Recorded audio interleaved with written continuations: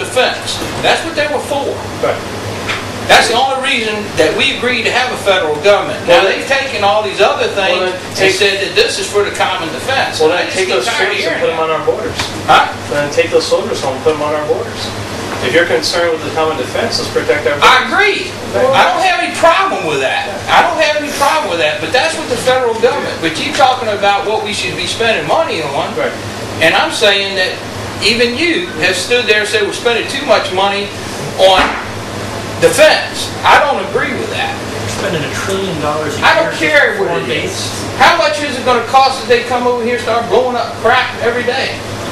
How much is it going to cost if they just blow up a couple towers with high tension lines? I don't want to. Right now, we're getting to the point where if this continues, you're going to have the room doing this. Yeah.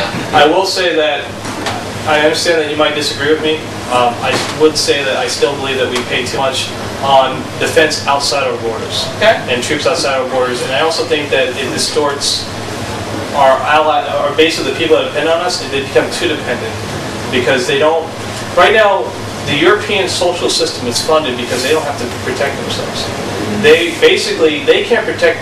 Germany could not protect itself against Russia shutting off gas lines to them because they lost the capability to form a national defense. Sometimes when you're so involved, you create a situation where they become so dependent on you, they can't even run their own country in a logical fashion. And I agree that we should have allies. I don't agree that we should be a crutch. Countries and individuals really need to be responsible for themselves in a lot of ways. Now, I think that we should be allies. I think we should be to anybody who wants to talk to us. I think we have a lot to offer the world when it comes to some of our ideals. But I don't necessarily think that we should fund their defense to the point where they can't protect themselves. They forget even how to do it. So anyway, I sort of agree with him and you. I don't disagree that we're spending too much money. All right, I don't disagree with that.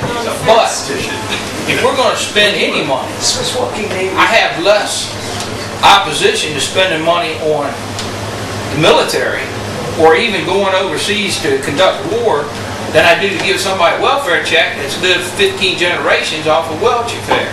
Okay? These people that don't support anything, don't produce anything, that are just a constant drag, that's not what the federal government was for. We never agreed to take care of everybody. So, should I take the final statement before we break, or would you like to hear and pick this back up later? No. You're the moderator, sir. You have the camera. You guys want to? I'll tell you what. We'll have one last question, and then we'll take a break. Okay. Well, just a caveat on that. I think that when it comes to welfare, we need to create the situation where people can, like again, run the businesses out of their own homes without excessive regulations and fees. You have people that can't run a barber shop out of their own homes without the city government saying, "Hey, I heard you're cutting hair."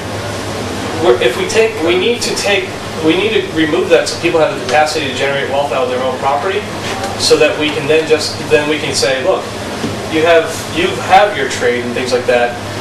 Let's see if we can get rid of this welfare system.